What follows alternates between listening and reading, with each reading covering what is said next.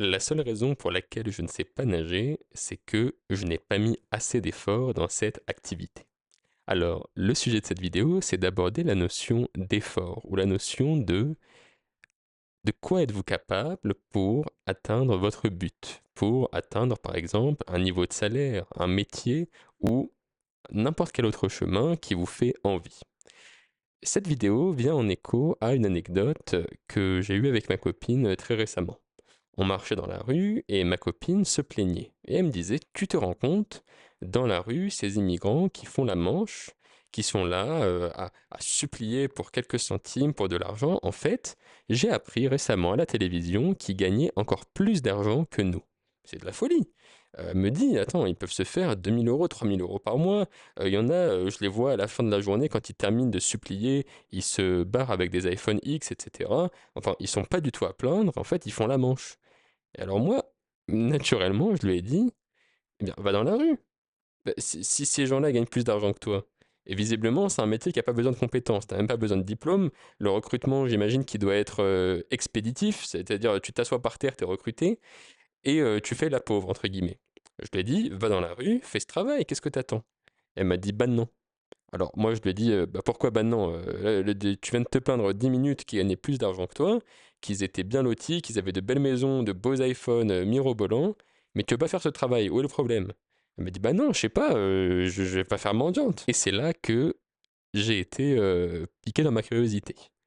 Pourquoi est-ce que on accepte ou pas de faire certains métiers? Pourquoi est-ce qu'on accepte ou pas de mettre en place certains efforts pour atteindre notre but, alors que d'autres le font visiblement assez facilement et on les envie pour ça. Une analogie, c'est par exemple quand vous allez peut-être vous plaindre qu'un footballeur gagne beaucoup trop d'argent, ou alors qu'une personne dans telle profession va gagner beaucoup plus d'argent et vous estimez que c'est pas mérité. Moi, ma réponse cristalline, ma réponse directe pour ça, c'est faites la même chose. Si vous avez envie d'atteindre le même but que quelqu'un, si vous souhaitez atteindre les mêmes profits, les mêmes bénéfices, la même somme d'argent, bah, pourquoi vous faites pas la même chose? Qu'est-ce qui vous en empêche? Et là, pour le coup, l'anecdote avec ma copine, je pense que elle est entre guillemets assez simple. Pourquoi vous n'allez pas vous asseoir dans la rue et faire le même travail? Pour moi, la réponse est peut-être évidente. Cette réponse, c'est que vous n'êtes peut-être pas prêt à mettre autant d'efforts que la personne que vous enviez pour atteindre son objectif. Vous allez peut-être parfois vous dire, oui, lui c'est sûr, il gagne bien sa vie, il est youtubeur.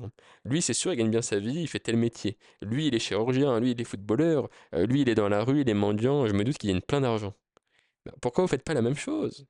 Ben, c'est sans doute parce que vous avez établi avec vous-même, consciemment ou inconsciemment, que vous n'étiez pas prêt à investir le même niveau d'effort que ces individus que vous enviez ou qui vous inspirent d'une certaine façon. Et donc, pour ma copine en l'occurrence, eh bien, oui, ça donne pas très envie de s'asseoir par terre tous les jours pendant 12 heures, sous la chaleur, sous la pluie, exposé à toutes sortes de maladies, d'insalubrité, d'insectes et plein d'autres choses vraiment dégueulasses. Évidemment, ça donne pas envie. Alors, est-ce que un très haut salaire, ça justifie de se foutre par terre dans la rue? Je sais pas. Mais pour cette personne-là, ça ne suffisait pas. Donc, j'aimerais vous inviter à avoir cette réflexion. Chaque fois que vous vous dites, cette personne réussit parce que X, ou alors cette personne a une trop grande réussite, ou quelque chose que vous pensez qu'elle ne mérite pas. Posez-vous la question, vous, qu'est-ce qui vous empêche là tout de suite de faire la même chose? Est-ce que c'est une affaire d'aptitude, c'est-à-dire que vous n'avez pas la compétence pour ça? Est-ce que c'est une affaire de préférence, c'est-à-dire que c'est quelque chose que vous n'aimez pas faire? Ou est-ce que c'est simplement que vous n'y avez pas pensé, ou que vous n'aviez jamais réalisé qu'il fallait investir du temps et des efforts qui, à votre échelle, n'étaient pas obtenables? Je donne un exemple. On a tendance à se plaindre, par exemple, des métiers comme les influenceurs, les youtubeurs ou alors les footballeurs. On se dit, mais attends, à chaque fois que le mec il fait un match de foot, il va gagner je sais pas combien de millions d'euros par mois.